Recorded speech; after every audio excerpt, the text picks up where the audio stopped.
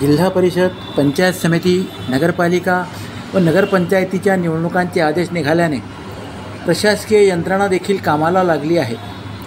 निवडणूक म्हटली की मतदान आलेच व मतदान करून घेण्यासाठी EVM यंत्रे सज्ज हवीतच. अशा EVM यंत्रणेच्या प्राथमिक तपासणीसाठी सोमवारी 21 जुलै रोजी सकाळी जामनेर येथील ITI महाविद्यालयात महसूल अधिकारी व कर्मचाऱ्यांनी EVMची प्राथमिक तपासणी केली. तहसीलदार नानासाहेब आगळे, त्यांच्या कार्यालयातील सहकारी, नायब तहसीलदार, मंडल अधिकारी, तलाठी व कोतवाल यांनी EVM यंत्रे बाहेर काढून त्यांची प्राथमिक तपासणी करून निवडणुकीसाठी सज्जता असल्याचे खात्री करून घेतले. नजीकच्या काळात जिल्हा परिषद व पंचायत समिती गट व गणांची आरक्षण निश्चिती होईल.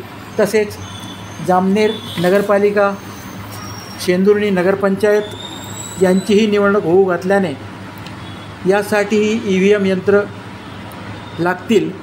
त्यामुळे सर्व हे प्रशासकीय कामाला सुरुवात झाली आहे.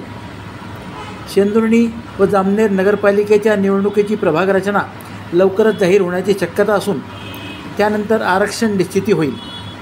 आरक्षण निश्चिती झाल्यानंतर कोणत्या प्रभागातून कोणता उमेदवार द्यायचा याबाबतचे निश्चित होणार असल्याने इच्छुक उमेदवार देखील केव्हा एकदा आरक्षण जाहीर होते याची उत्सुकतेने वाट पाहत आहेत. जिल्हा परिषद, पंचायत समिती आणि नगरपालिका नगरपंचायतीच्या निवडणुकीचा धुराळा गेल्या 1 महिन्यापासून सुरू झाला आहे. राजकारण वेगाने तापत आहे. इच्छुक उमेदवार आपापल्या गट, गण व प्रभागातील इच्छुक मतदारांसोबत चर्चा करीत आहेत.